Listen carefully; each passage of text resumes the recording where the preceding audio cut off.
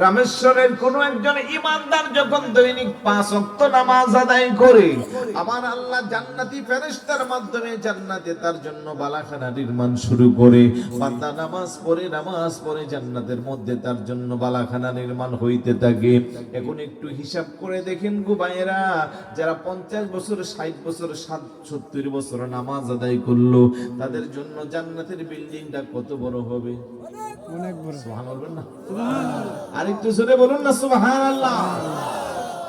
পৃথিবীর মানুষ যদি 2-4 বছর কাজ করে 100 তলা 150 তলা বিল্ডিং বানাইতে পারে, ফেরেশতারা ঈমানদার তথা নামাজি বান্দার জন্য হাজার হাজার তালার জান্নাত বানাইতে পারে কি পারে না? আপনি বলবেন এত জায়গা কোত্থেকে পাইবো? আমাদের তো জায়গার শর্ট, জায়গার দাম বেশি। জান্নাতে কোনো জায়গার অভাব আসেনি। জান্নাতের সবচেয়ে ছোট জান্নাত যেটা হবে, হাদিস শরীফের মধ্যে আছে, সবচেয়ে ছোট জান্নাতটা দুনিয়ার 10টার সমান হইবে।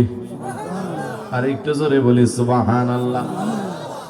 ও মুসলমান, রামেশ্বরে বিল্ডিং বানা, ইট দিয়া জয়েন লাগা, সিমেন্ট আর বালু দিয়া, টাকা থাকলে টাইলস করে, নামি দামি মার্বেল পাথরের ডালাই দে। আর আল্লাহর নবী কো জান্নাতের মধ্যে বালাখানা যা নির্মাণ হবে, একটা ইট হবে স্বর্ণের, আরেকটা হবে রূপার, আরেকটা হবে ইয়াকুত পাথরের, আরেকটা হবে জমরুদের। দুনিয়াতে একটা ইটের সাথে আরেকটা ইট লাগে বালি আর সিমেন্ট দিয়া, জান্নাতের একটা ইটের সাথে আরেকটা ইট লাগবে মেশকো আম্বর দিয়া। জান্নাত যখন সুন্দর করে সাজসজ্জা করে হবে, ওই জান্নাতের মধ্যে আপনি থাকবেন, 70টা হুর আপনার সেবিকা হিসেবে থাকবে। দুনিয়াতে যদি রামেশ্বরে ভালো বিল্ডিং বানান, মাধবপুরে হবিগঞ্জে ভালো বিল্ডিং বানাইলেন, বিল্ডিং এর ভিতরে শুয়ে থাকলে কিন্তু পেট চলতো না, খাবারও লাগতো। কথা কোন ঠিক কি না? দামি দামি বিল্ডিং বানাইয়া পকেটে টাকা নাই, ঘরে খাবার নাই, বাজার নাই, পেটের খিদা মরার সম্ভাবনা আছে না নাই? কিন্তু দুনিয়াতে যদি আপনার টাকা থাকলেও কিন্তু যখন যা মন চা আপনি খাইতে পারবেন না। রামেশ্বরের বিল্ডিং এ শুয়ে আপনার মন চাইছে কুমিল্লার রসমলাই খাইবেন, কিন্তু চাইলেই কিন্তু পাওয়া যায় না। কাউকে দিয়া খবর দিয়া আনাইতে আনাইতে অনেক সময় রুচি সহ নষ্ট হয়ে যা। রামেশ্বরের বিল্ডিং এ শুইয়া যদি মনে চাই সিলেটের কমলা লেবু খাইতে, চাইলেই কিন্তু পাওয়া যায় না।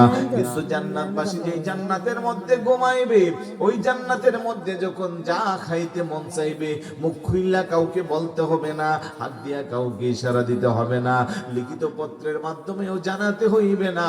মন চাইতে দেরি, সামনে এসে হাজির হইতে দেরি না। কথা কোন ঠিক কিনা?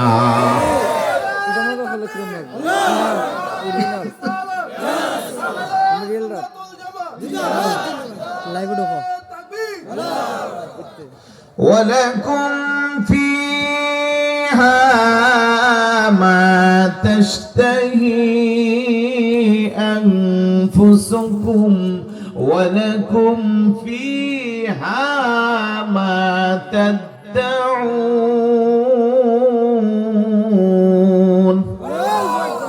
আল্লাহ কো জান্নাতবাসীরা জান্নাতে থাকবে, খাইতে যা মন চাইবে কারো কাছে বলতে হবে না, চাইতে হবে না, মনে মনে ইশারা করবে, সামনে এসে হাজির। আলহামদুলিল্লাহ বলবেন না?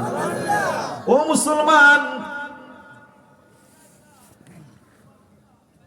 দুনিয়াতে এমন ভালো খাবার যদি এক করে খাই, খাইতে খাইতে পেটে আর জায়গা নাই, আরেক ঘরে গেলে আরো ভালো খাবার দিলে তখন আফসোস হয়। আগে যদি জানতাম এত খাইতাম না, এখানে খাওয়ার জন্য কিছু জায়গা রাখতাম, ঠিক না? আর জান্নাতের মধ্যে আফসোসের কোনো দরকার নাই। খাইতে খাইতে একবারে গলা পর্যন্ত খাইলাম। নতুন খাবার খাইতে মন চাইলো, সামনে এসে হাজির। আল্লাহর নবী কো বাথরুমেও যেতে হবে না, গ্যাস্ট্রিকের ট্যাবলেটও লাগবে না, বান্দা একটা ডেকুর দিবে, মুহূর্তের মধ্যে পেটটা খালি হয়ে যাবে। নতুন খাবারগুলো আবার তার ইচ্ছা মতো তৃপ্তি নিয়ে খাইবে। সুবহানাল্লাহ। ওই জান্নাত আমরা চাই কি চাই না? জোরে বলুন। ওই জান্নাতে যেতে হলে নামাজের দরকার আসেনি? কারণ as-salatu মিফতাহুল জান্নাহ, নামাজ হলো বেহেশতের চাবি।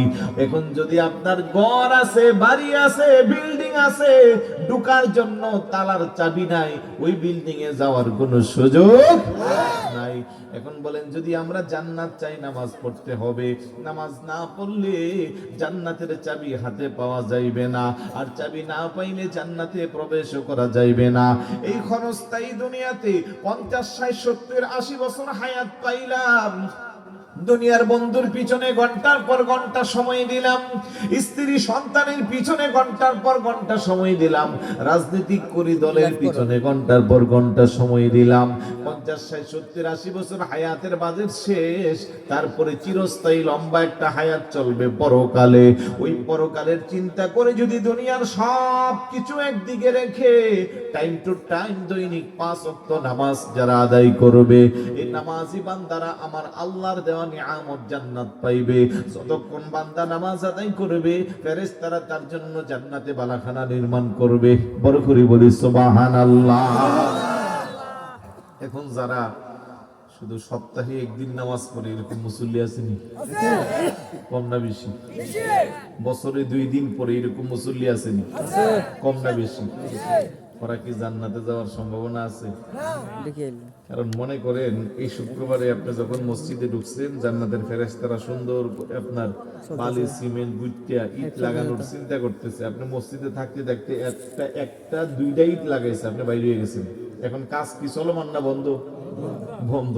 এখন আগামী শুক্রবারে আবার ঢোকার পরে কাজ শুরু করব, নতুন করে মাল মশলা বুইলা রেডি করছে, আপনি এর আগে বাইরে হয়ে গেছেন। তাহলে এই দেওয়ালে উঠবো না, বিল্ডিং কখন উঠব? কথা কোন ঠিক না? তাহলে মশলা করাতেই থাকবো। কথা কোন ঠিক কি না? কিন্তু যারা 5 ওয়াক্ত নামাজ পড়ে, ইশরাক পড়ে, আওয়াবিন পড়ে, তাহাজ্জুদ পড়ে, তাদের কি কাজ বন্ধ আছে? জোরে বলুন, বন্ধ আছে? এই জন্য 5 ওয়াক্ত নামাজ যারা আদায় করবে, কিয়ামতে মুমিনগণের উজুর জায়গা যত নূরে উজ্জ্বল হইবে, যেমনি দীপ্তি চাঁদের মতো। সুবহানাল্লাহ। আম্মা জান আয়েশা সিদ্দিকা রাদিয়াল্লাহু তাআলা আনহা বলেন, ইয়া রাসূলুল্লাহ, ইয়া হাবিবাল্লাহ, হাসরের ময়দানে এত মানুষের মধ্যে আপনি কি করে আপনার উম্মতদেরকে চিনে খুঁজে বের করবেন? আমার নবী ডাক দেখো, আয়েশা রে, বিশাল বড় একটা ঘোড়ার পাল, সমস্ত ঘোড়ার রং হলো কালো, একটা ঘোড়ার কপালে যদি সাদা চিহ্ন থাকে, তারে খুঁজতে বের হবে। আম্মা জান বলে, খুঁজে বের করতে কষ্ট হবে না। আমার নবী আমার উম্মতের মধ্যে যারা 5 ওয়াক্ত নামাজ আদায় করবে, হাদিস শরীফের মধ্যে আসছে, গুররাম মুহাজ্জালিন, ওই নামাজের অঙ্গ প্রত্যঙ্গ গুলো নূরের মতো চমকাইতে থাকবে। আল্লাহু আকবার বলেন। আমার নবীকে আমি আমার নামাজি উম্মত গুলোকে খুঁজে বের করে নিয়ে সোজা জান্নাতে প্রবেশ করব। আল্লাহু আকবার বলেন। এখন যারা নামাজ পড়বে না, তারা জান্নাতে যাওয়ার সম্ভাবনা আসেনি? জোরে বলুন, আসেনি? পড়বেন নি নামাজ? এখন তো আবার কত রকমের নামাজি আছে, কম্পিউটারও ফেল মারবো নামাজিদের কাছে। কথা কোন ঠিক না? রমজানে এদিকে খতমে তারাবি না সূরা তারাবি? সূরা তারাবি আছে, দেখবেন পরের দিন সার দোকানে কো, আমরা হুজুরে মাশাআল্লাহ এশারের নামাজ 20 রাকাত তারাবি, 3 রাকাত বিতির, দুরুদ টুরুদ সব মিলাই আলহামদুলিল্লাহ আমরা 17 মিনিট লাগে। আছে না? আরেকটু জোরে কোন আসেনি? আরেকজন কো, তোমরা 17 মিনিট লাগলে বেশি লাগে, আমরা হুজুর লাগে 14 মিনিট। এগুলো কি নামাজ না তামাশা? এই নামাজ কি কোনো কাজ হবে? মাকান চুস্তি নামাজে পাঞ্জে গানা, ফাওয়াইলুল লিল মুসাল্লিন আল্লাযিনা। এরকম নামাজে যারা ঠুকুর দিয়া দেয়া নামাজ পড়বে, অলসতা করে নামাজ পড়বে, মানুষকে দেখানোর জন্য নামাজ পড়বে, তাদের এই নামাজ তাদেরকে জাহান্নামে পৌঁছাবে। কথা কোন ঠিক কিনা? একাগ্র চিত্তে নামাজ পড়তে হবে। এখন তো আবার মসজিদে নামাজ নিয়ে তামাশা, আরো বেশি তামাশা। আগে সুন্নত নাই, পরে সুন্নত নাই, কোন রকমে ঢুকবো, ঢুকিয়া মুরব্বির 2 পায়ের উপরে পা 2টা সিগাইয়া ফাগাইয়া দিয়া বুকের উপরে হাত বাইদ্যা, মানে এতে ব্যায়াম করতে ঢুকছে মসজিদে। কথা কোন ঠিক না? ক্যারাটি মাস্টারের মতো, মানে দাঁড়ানোর মধ্যে একটা আদর হতে থাকতো। এরকম নামাজে আসেনি আপনাদের এলাকায়? কম না বেশি? নাই মনে আপনাদের এলাকায়? সব জায়গা আছে। রাস্তাঘাট যেহেতু আছে, গাড়ি ঘোড়া যেহেতু আছে, যদি বলেন নাই তাহলে এটা আমি মানবো না। কোথাও কম আছে, কোথাও বেশি আছে, কথা কোন ঠিক কিনা? ওদের দৃষ্টিতে ওরা আবার বলে আমাদের নামাজ হয় না। বাপ দাদা ভুল করছে, এই জন্য আমরাও ভুল করবো নাকি? নাউজুবিল্লাহ বলবেন না? এরকম নামাজ আল্লাহর দরবারে সুন্নত নাই। শুক্রবারে ফরজের আগে 4 রাকাত কবলাল জুম্মা, ফরজের পরে 4 রাকাত বাদাল জুম্মা, যেগুলো সুন্নতে মুআক্কাদা অবশ্যই পড়তে হবে। ওরা বলে এগুলো পড়া লাগবে না। নাউজুবিল্লাহ বলবেন না? এরকম নামাজি আছে তো? আছে ভাই, শহরে বন্দরে একটু বেশি আছে। আর ওরা কারা? স্কুলে পড়ে, কলেজে পড়ে, ইউনিভার্সিটিতে পড়ে, টকবগে যুবক, মাথায় টুপি নাই, জিন্স প্যান্ট, টি শার্ট, নামাজে দাঁড়াচ্ছে, মনে হয় যেন আল্লাহর সাথে করতে, ফাইট করতে দাঁড়াইছে। নাউজুবিল্লাহ বলবেন না? নামাজ হলো বান্দার জন্য পৃথিবীর শ্রেষ্ঠ ইবাদত। যে ইবাদতের মাধ্যমে বান্দা আল্লাহর কাছাকাছি জায়গায় যেতে পারে, যে ইবাদতের মাধ্যমে বান্দা আল্লাহর বন্ধু হয়। এই নামাজ নিয়ে আজকে তামাশা শুরু হয়ে গেছে। কম্পিউটারের গতিতে বাপরে বাপ 2 মিনিটে 6 রাকাত পড়ে ফেলে আসেনি? ইমাম সাহেব যদি সূরা কেরাত লম্বা করে মসজিদের বারান্দায় বৈশা বৈশা, উযুখানায় বৈশা বৈশা চিন্তা করে ইমাম এটারে কেমনে পাল্টানো যায়, আছে না? এটা দরকার না কেরাত লম্বা, বিভিন্ন দুষ্ট পিটাকো, বাট এটা হইতো না, এটা পাল্টাইতেই। আর বাংলাদেশে যত চাকরি আছে, সব চাকরির ন্যূনতম গ্যারান্টি থাকলো ইমামতির চাকরি এশার নামাজের সময় আছে, পরের দিন ফজরে আছে কিনা এটার গ্যারান্টি নাই। কথা কোন ঠিক কিনা? কেন পারেন এটা? ইমামরা ভদ্র, নম্র, মারামারি যায় না, ঝগড়া করে না, দল পাকায় না। কারণ ওরা বিশ্বাস করে আল্লাহু খায়রুর রাযিকিন, আল্লাহ উত্তম রিজিক দাতা। এই জায়গা চাকরি হচ্ছে না তো কি হচ্ছে, আরেক জায়গায় আল্লাহ ব্যবস্থা করবে। ওরা বাড়াবাড়ি করে না। কথা কোন ঠিক কিনা? কিন্তু আপনি কোম্পানির চাকরি খান, পরের দিন আপনার বিরুদ্ধে মানববন্ধন শুরু হইল।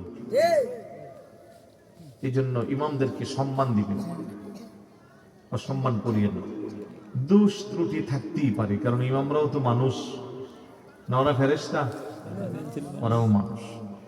দোষ ত্রুটি থাকলে বনাবন্তি না হলে সময় দিয়া ইজ্জতের সাথে তাকে বিদায় দিবেন। যদি আকীদা আহলে সুন্নাত ওয়াল জামাত হয়, সম্মান দিবেন ইমামদেরকে। আবার কিছু কিছু ইমামের চরিত্র আমরা পাই, 2 ঘন্টার জন্য কোনটাকে মসজিদে বিয়া করে। গত কয়েকদিন আগে দেখছেন না? এইগুলারে পাইলে জুতা দিয়া সাইজ করে, কারণ এগুলো দিন ধর্মের কলঙ্ক করে। কথা বলেন ঠিক কিনা? আকীদা যদি হয় আহলে সুন্নাত ওয়াল জামাত, তাকে সর্বোচ্চ সম্মান শ্রদ্ধা দিবে। খারাপ লাগে ভাই, কারণ টুপিওয়ালা দাড়িওয়ালারা যদি খারাপ ঘটনা ঘটায়, খারাপ কাজ করে, মানুষ এবারে যে সবারে বাজে মন্তব্য করে।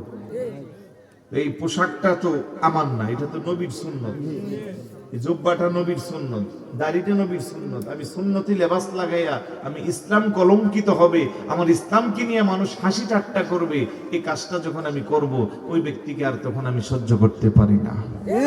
কথা বলেন ঠিক কিনা?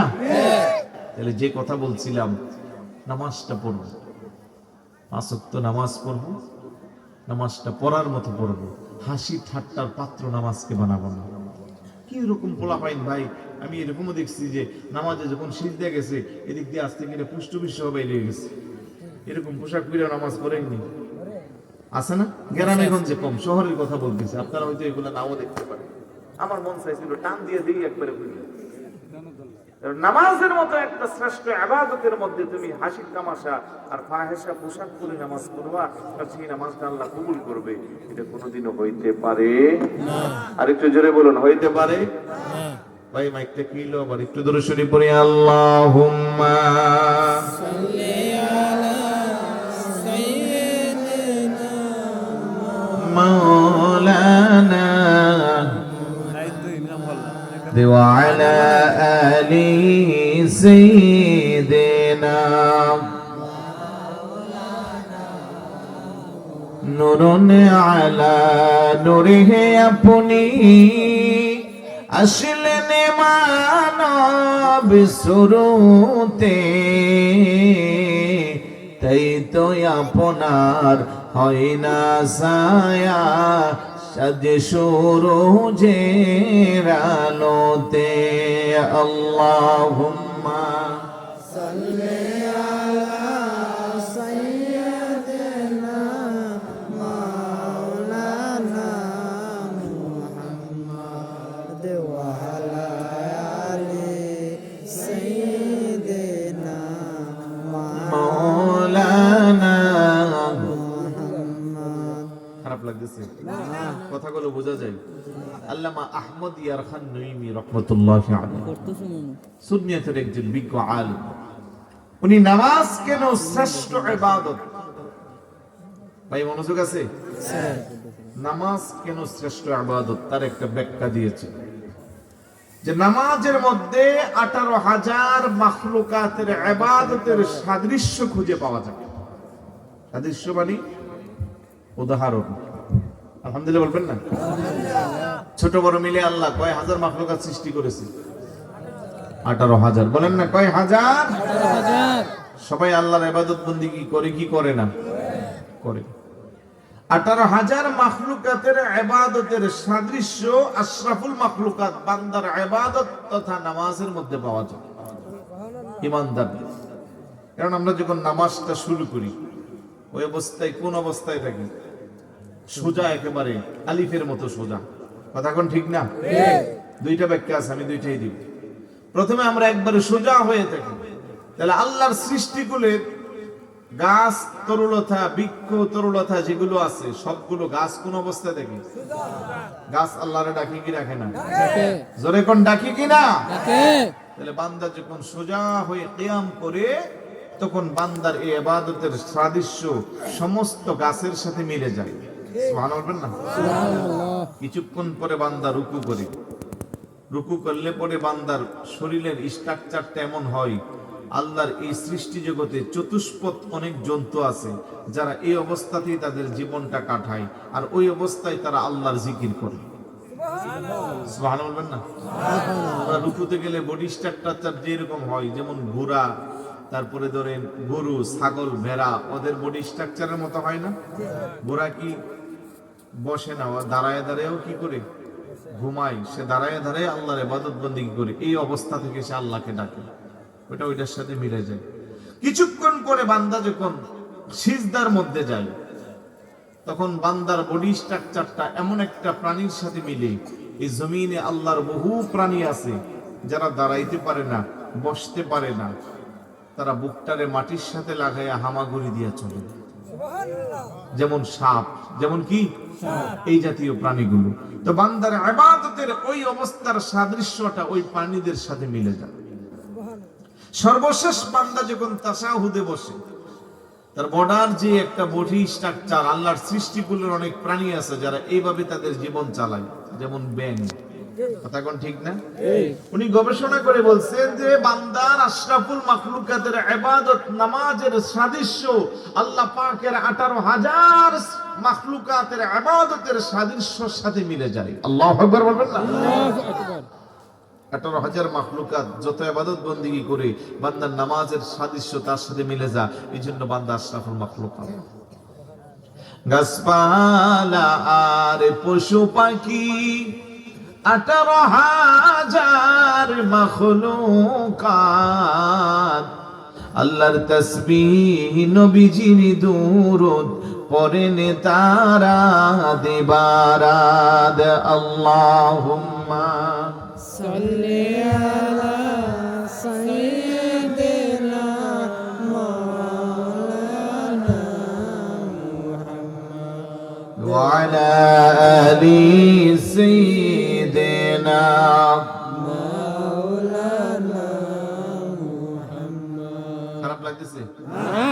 শেষ করে দেব নাকি? না, আরো 10-15 মিনিট বলি নাকি? আরো বেশি।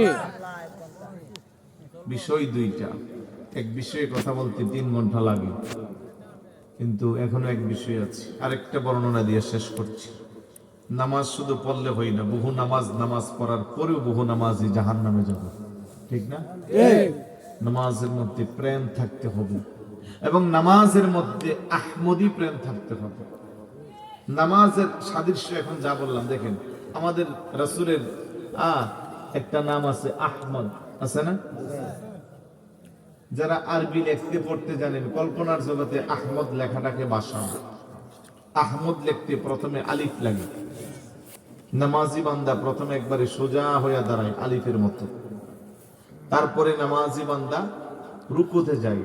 রুকুতে গেলে দেখেন আহমদ লিখতে তারপরে হা লাগে। হা অক্ষরটা আরবিতে লিখতে যেমন, নামাজি বান্দা রুকুতে গেলে তার সাদৃশ্য তেমন। সুবহানাল্লাহ। তারপরে আরবি আহমদ লিখতে মিম লাগে। মিম অক্ষরটার সাদৃশ্য যেমন, নামাজি বান্দা সিজদায় গেলে তার বডি স্ট্রাকচারটা হয় তেমন। সর্বশেষ আহমদ লিখতে দাল লাগে। নামাজি বান্দা শেষ বৈঠকে তাশাহুদে বসলে পরে দালের মতো হয়।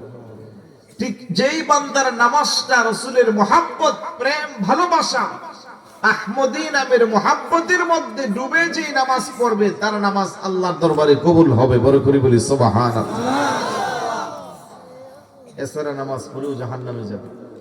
আল্লাহ বলে, ইন্নাল মুনাফিকিনা ইখাদিউনা আল্লাহ ওয়া হুয়া খাদিউহুম ওয়া ইযা কামু ইলাস সালাতি কামু কুসালা يراؤون الناس ولا يذكرون الله إلا قليلا। নিশ্চয়ই মুনাফিক যারা, তারা চায় আল্লাহকে ধোঁকা দিতে। আল্লাহকে আমারে ধোঁকা দেওয়া সম্ভব না। হুয়া খাদিউহুম, সেই ধোঁকার মধ্যে তারা নিজেরাই পড়বে। ওয়া ইযা কামু ইলাস সালাতি কামু কুসালা, তারা যখন নামাজের মধ্যে দাঁড়ায়, ওই নামাজের মধ্যে একাগ্রচিত্ততা থাকে না। ইরাউনান নাস, মানুষকে দেখানোর জন্য নামাজ পড়ে। ওয়ালা ইয়াজকুরুনাল্লাহা ইল্লা কলিলা, সেই নামাজে আল্লাহর জিকির থাকে না। কথা বলেন ঠিক কি না? তাহলে মুনাফিক চরিত্র নিয়ে নামাজ পড়লে কোনো লাভ হবে না। আহমদী নামের মুহাব্বত নিয়ে, মদিনাওয়ালার প্রেম ভালোবাসা নিয়ে নামাজ পড়লে এটা কাজ হবে। আল্লাহ যেন কবুল করে, বলো না আরেকটু জোরে বলো আমিন। আমার ভাইরা বাবারা, কবরের আযাব চিরন্তন সত্য। কবরের আযাব আমরা বিশ্বাস করি, চোখে দেখি না। কবরের আযাব আমরা মানি, কিন্তু মানার মতো মানি না। কবর বড় ভয়ঙ্কর, কবর বড় আযাবের জায়গা। নবীর যারা সাহাবী ছিল, কবরের পাশ দিয়ে গেলে পরে বিনাইয়া বিনাইয়া ছোট বাচ্চার মতো কান্না করত। শুধু তাই না, হযরতে উসমান গনি জিন্নুরাইন রাদিয়াল্লাহু তাআলা কবরের পারে দিয়া যায়, ছোট বাচ্চার মতো বিনাইয়া বিনাইয়া কান্না করে। সাহাবারা জিজ্ঞাসা করে, কেন আপনি এভাবে কান্না করতেছেন? ডাক দেখো, আমি রাসূলুল্লাহর জবান মুবারক থেকে শুনছি, আল কবরু আউয়ালু মানাজিলিন মিন মানাজিলিল আখিরাহ, আল কবরু আউয়ালু মানজিলিন মিন মানাজিলিল আখিরাহ। রাসূলুল্লাহর জবান মুবারকের মধ্যে শুনেছি, কবর হলো পরকালের অনেকগুলো ধাপের মধ্যে প্রথম ধাপ। এই ধাপ থেকে যে পার পাইবে, তার পরবর্তী স্টেপ গুলো সে অটোমেটিক পার হয়ে যাবে। এই জায়গায় যাকে আটকানো হইবে, সে আর সামনে বাঁচার কোনো সুযোগ নাই। আল কবরু হুফরাতুম মিন হুফারিন নার, কবর হলো অনেকগুলো জাহান্নামের গর্তের মধ্যে একটা গর্ত। কার জন্য এটা জান্নাতের গর্ত, কার জন্য জাহান্নামের গর্ত। আমল যদি ভালো হয়, নেকির পাল্লা যদি ভারী হয়, ওই বান্দার জন্য কবর, এই ছোট্ট কবরটা আর ছোট্ট থাকবে না, এটা এত বেশি লম্বা হবে, জান্নাতের সাথে তার সংযুক্ত হয়ে যাবে। আমল যদি খারাপ হয়, এই কবরটা আরো ছোট হয়ে যাবে। ডানের মাটি বামের মাটি এত শক্ত করে চাপা দিবে, মুহূর্তের মধ্যে বান্দার হাড্ডি গুড্ডি পাউডারের মতো তছনছ করে ফেলবে। বড় করে বলে নাউজুবিল্লাহ। ও মুসলমান, আজকের এই দিনে কবরের সামনে দিয়ে হেঁটে যাই, কবরের ভিতরের কথা একটু চিন্তা করি না। আপনজনদের লাশগুলো কবরে শোয়াই, নিজে একদিন লাশ হয়ে যাইব সেই চিন্তাটাও করি না। আমার বয়সের, আপনার বয়সের কত বন্ধু বান্ধব, আত্মীয় স্বজন চলার পথের সাথে আমাদেরকে ছেড়ে অন্ধকার কবরের প্যাসেঞ্জার হয়েছে। আমাকেও একদিন যেতে হবে, সেই চিন্তা মাথায় নাই।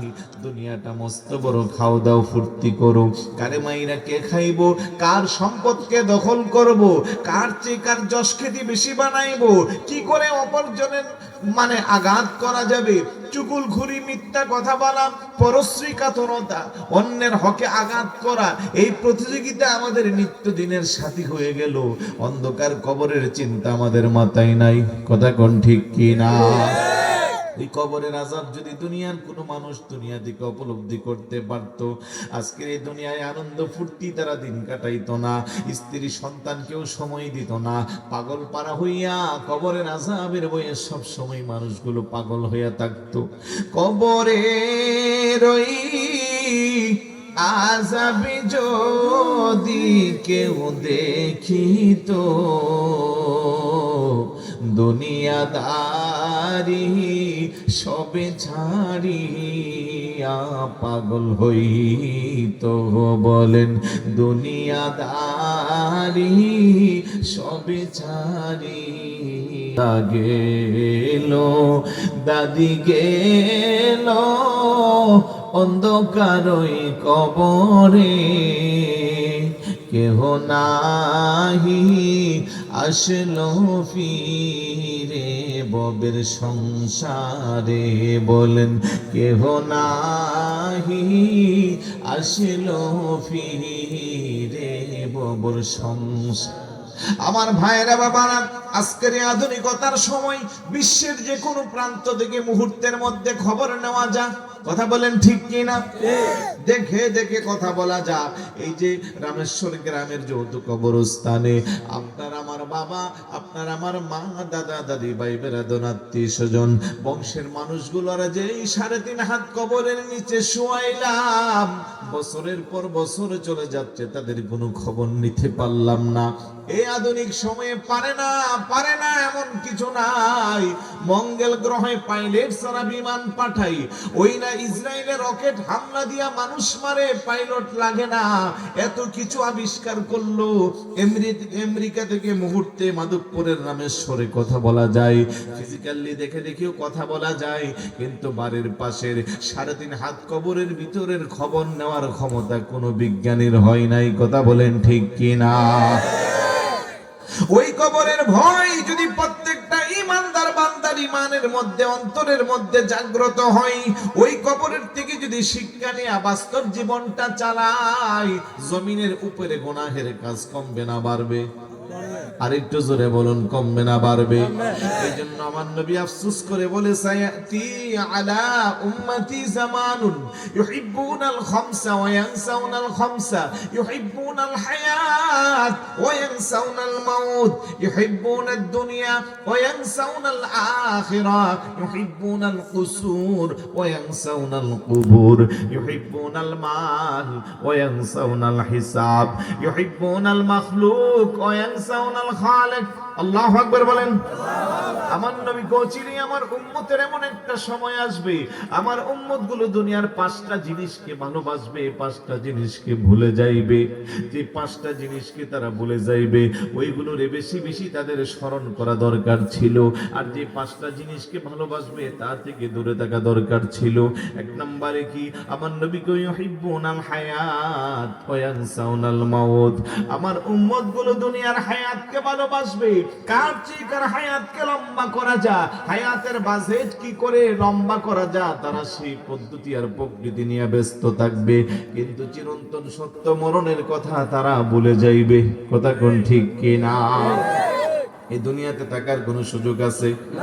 আল্লাহ বলে, ওয়াজাত সাকরাতুল মাউতি বিল হাক্কি যালিকা মা কুনতা মিনহু তাহিদ। ও বান্দা, ওই মৃত্যু থেকে তুই যত তাল বাহানা করিস, বাঁচার কোনো সুযোগ নাই। হায়াতের বাজেট যখন শেষ হয়ে যাবে, অবশ্যই তোকে অন্ধকার কবরের যাত্রী হতে হবে।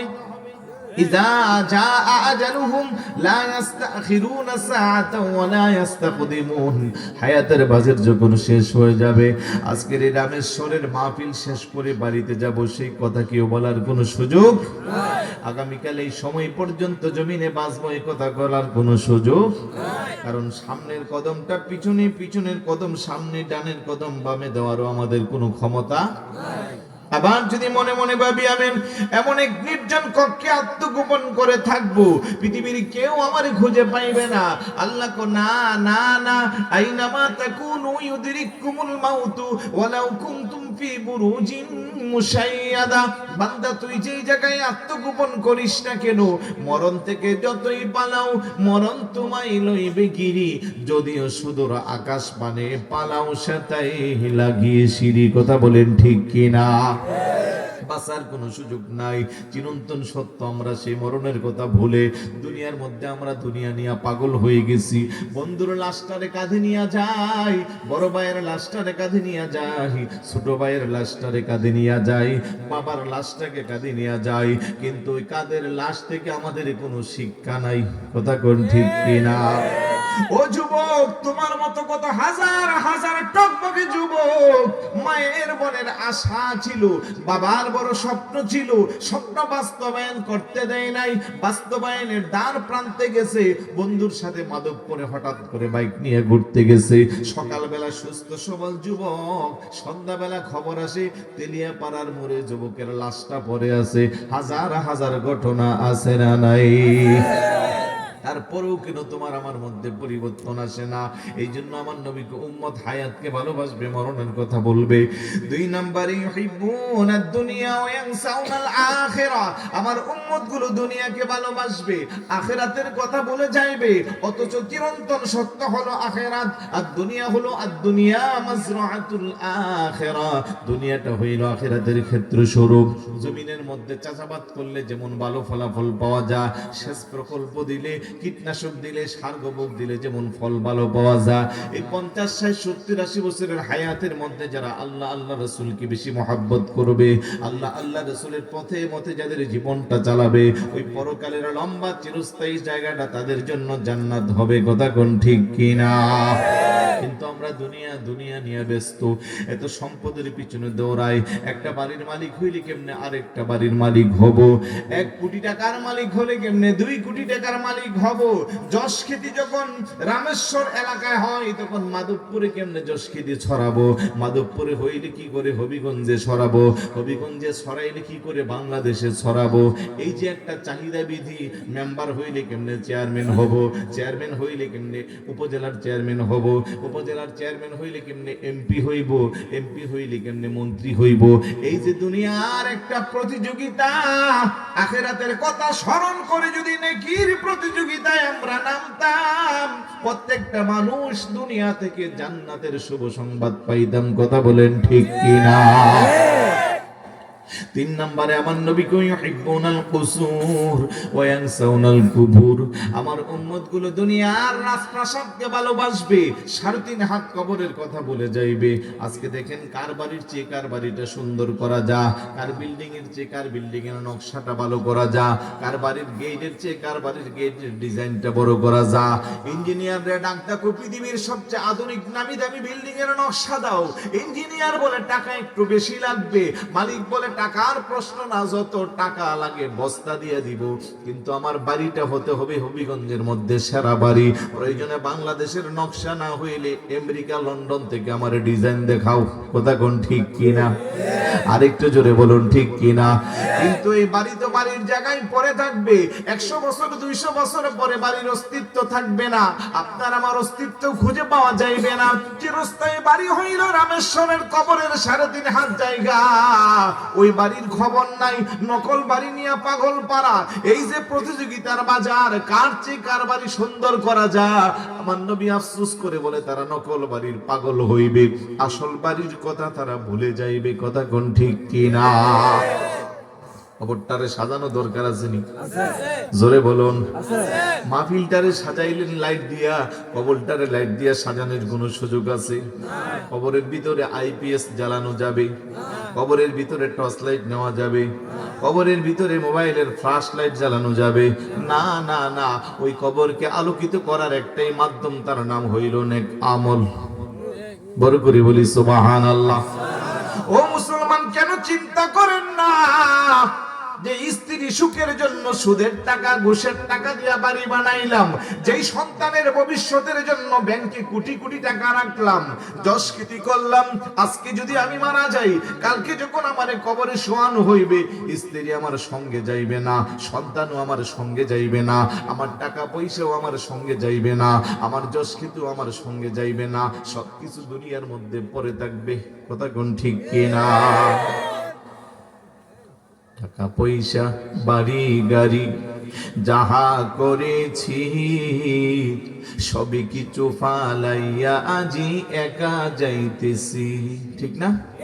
হাই হাই শেষে বুঝলাম এই দুনিয়ার কেহ আপনে না, বলেন শেষে বুঝলাম এই দুনিয়ার কেহ আপনে না, ডাইনে বামে মাটি আমারে মাটির বিছানা, ডাইনে বামে মাটি আমারে মাটি বিছানা, আমি চলে যাব আমায় তোমরা ভুইলা যাইও না, আমি চলে যাব আমায় তোমরা ভুইলা যাইও না, ডাইনে বামে মাটি আমার মাটির বিছানা, ডাইনে বামে মাটি আমার মাটির ঘরের বিবি ছেলে মেয়ে আছে যাহারা, জন্মের মতো বিদায় করে দিবে তাহারা। কথা বলেন ঠিক কিনা?